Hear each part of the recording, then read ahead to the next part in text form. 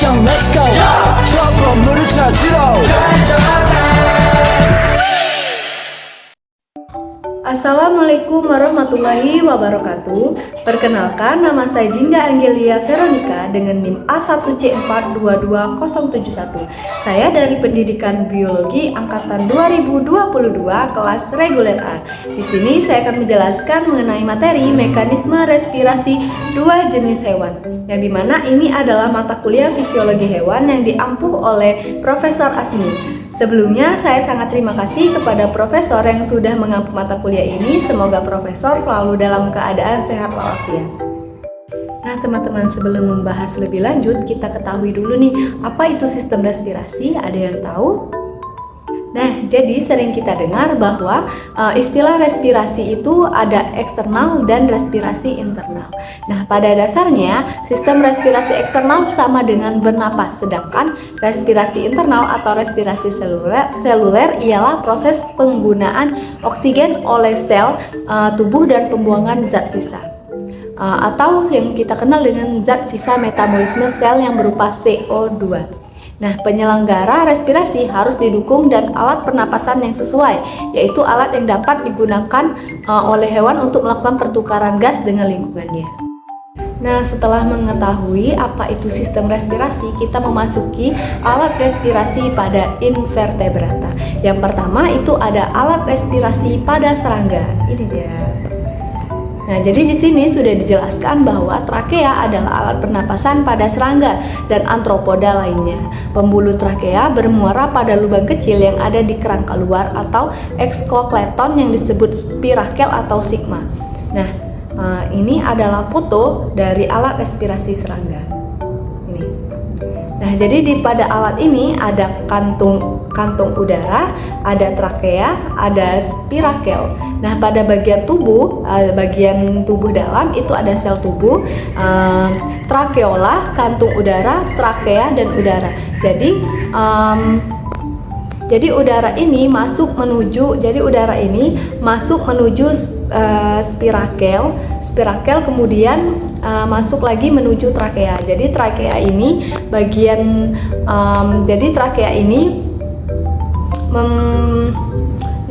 ini alat pernapasan pada serangga tadi.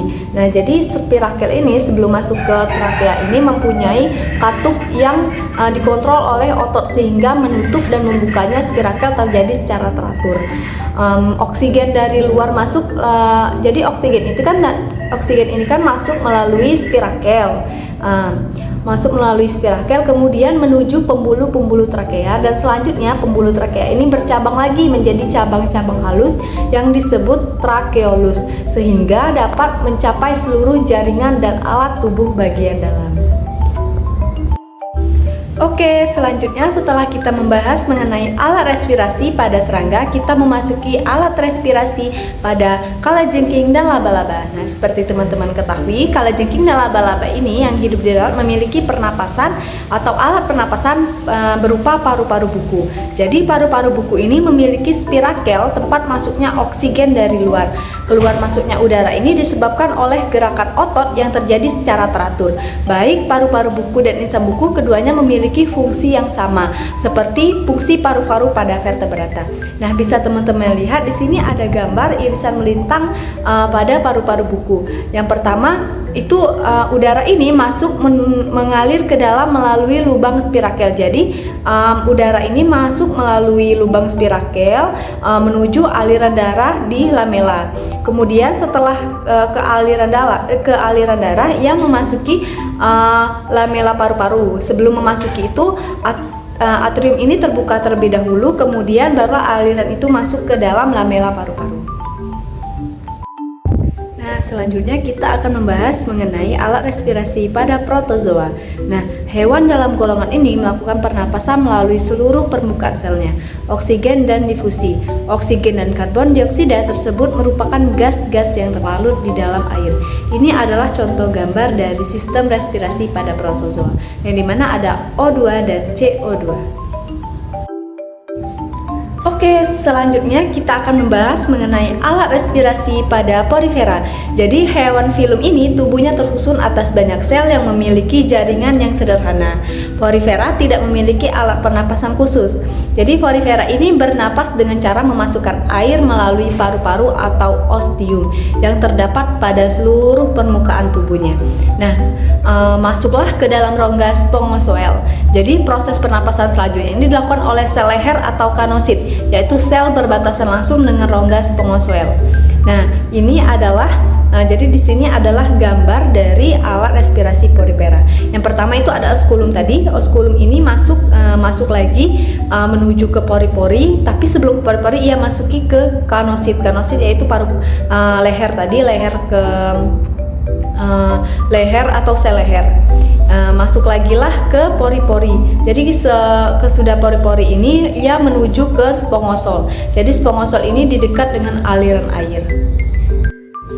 Oke, lanjut. Setelah membahas mengenai materi-materi sebelumnya tadi, kita memasuki alat respirasi pada Coelenterata. Jadi hewan filum ini tubuhnya tersusun atas banyak sel dan memiliki jaringan. Hewan ini tidak memiliki alat pernapasan yang lengkap. Jadi alat bantu pernapasannya ini berupa lekukan-lekukan lapisan gastrodermal yang berada sedikit di bawah mulut, yang itu disebut siphonocleva. Nah, ini adalah gambar dari alat respirasi Coelenterata. Nah, pada bagian bawah ini ada siphonocleva, yaitu yang tadi alat bantu pernapasan berupa lekukan-lekukan lapisan gastrodermal. Nah, di atas siphonocleva ini ada epidermis. Nah, jadi gambar ini yang pada bagian bawah ini adalah gambar gastrodermis atau endodermis. Nah, pada bagian atas ini yaitu penampung melintang. Nah, selanjutnya ada respirasi pada cacing. Ini dia. Jadi golongan cacing atau vermes yaitu terbagi dalam 3 filum. Pada cacing pipih atau Platyhelminthes, pernapasan ini terjadi di seluruh permukaan tubuh melalui difusi. Pada cacing gilik atau tidak bersegmen atau Nemelthelminthes, pernapasan juga melalui difusi lewat permukaan tubuhnya. Nah, pada cacing gilik bersegmen atau Annelida, pernapasan melalui permukaan kulit yang selalu basah dan oleh cairan mukus. Nah, ini adalah gambar dari alat respirasi pada cacing. Nah, di sini di pinggir ini adalah kulit cacing. Kemudian di sini ada kapiler. Nah, kemudian di sini ada CO2 dan O2O. Nah, teman-teman, setelah membahas mengenai alat respirasi pada invertebrata, kita memasuki alat respirasi pada vertebrata. Jadi pada vertebrata sendiri yang pertama itu ada alat respirasi pada ikan. Nah, seperti kita ketahui bahwa insang dimiliki oleh 2 jenis ikan atau kita sebut dengan Pisces. Insang berbentuk lembaran-lembaran tipis berwarna merah muda dan selalu lembab. Tiap lembaran insang terdiri dari sepasang filamen dan tiap filamen mengandung banyak lapisan tipis atau lamela. Nah, ini adalah alat respirasi pada ikan. Ini adalah gambar alat respirasi pada ikan. Nah, pada ikan sendiri di sini ada arah aliran air dari mulut masuk yaitu aliran air tadi menuju ke lengkung insang. Di sini ada lengkung insang, kemudian dipecahlah menjadi beberapa bagian. Yang bagian bawah ini adalah pembuluh darah, kemudian di dekatnya ada lengkung insang, kemudian ada filamen insang di bagian bawah. Kemudian pada bagian selanjutnya itu ada darah kaya oksigen dan darah yang miskin oksigen. Selanjutnya di sini ada di pertengahan ada lamela dan aliran air. Nah, selanjutnya setelah membahas mengenai alat respirasi pada ikan, kita memasuki alat respirasi pada kata. Jadi pada kata oksigen berdifusi lewat selaput rongga mulut, kulit, dan paru-paru, kecuali pada berudu bernapas dengan insang karena hidupnya di air. Nah, ini adalah gambar berudu. Yang kecil ada gambar berudu, kemudian ada katak dewasa, berudu dan katak dewasa. Pada berudu sendiri ia cuma memiliki 2, yaitu lapisan kulit dan insang. Kemudian pada katak dewasa ia terbagi menjadi beberapa, yaitu ada langit-langit mulut, lubang hidung bagian dalam, rahang atas, rahang bawah. Kemudian di sini ada kulit bagian dalam, kemudian ada paru-paru kiri dan paru-paru kanan. Oke, selanjutnya di sini ada alat respirasi pada reptilia. Jadi paru-paru pada reptilia ini berada dalam rongga dada dan dilindungi oleh tulang rusuk. Paru-paru reptilia ini lebih sederhana hanya dengan beberapa lipatan dinding yang berfungsi memperbesar pertukaran gas. Pada reptilia, pertukaran gas tidak efektif pada kadal, buaya, dan kura-kura paru. Kura-kura paru-paru lebih kompleks dengan beberapa belahan-belahan yang membuat paru-parunya berstruktur seperti spons. Nah, ini adalah gambar sistem respirasi pada reptil. Nah, jadi di sini ada di bawah ini ada glotis, kemudian ada trakea bagian bawah, kemudian pada trakea menuju ke paru-paru. Di bagian paru-paru itu di bagian bawah paru-paru itu adalah tulang rusuk. Jadi tulang rusuk itu terbagi menjadi dua lagi. Nah teman-teman, setelah membahas mengenai alat respirasi pada ikan, pada katak, kemudian pada reptilia, kita memasuki alat respirasi pada burung. Jadi pada burung, alat berdifusinya gas pernapasan hanya terjadi di paru-paru. Paru-paru burung ini berjumlah sepasang dan terletak dalam rongga dada yang dilindungi oleh tulang rusuk. Jadi jalur pernapasan pada burung berawal di lubang hidung. Pada tempat ini udara masuk kemudian diteruskan oleh pada celah teka yang terdapat pada dasar faring yang menghubungkan trakea.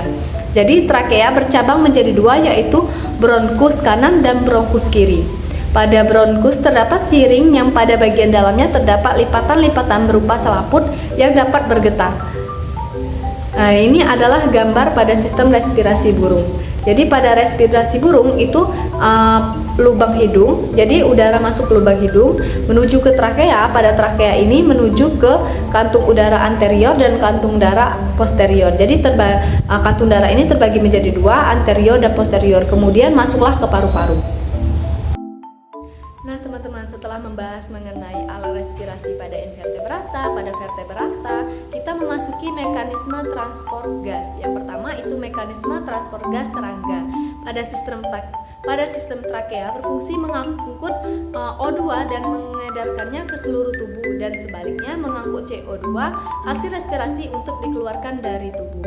Kemudian ada yang kedua, mekanisme transport gas ikan. Jadi mekanisme ini melalui dua tahap, yakni inspirasi dan ekspirasi. Pada fase inspirasi O2 dari air masuk ke dalam insang, kemudian O2 diikat oleh kapiler darah untuk dibawa ke jaringan-jaringan yang membutuhkannya.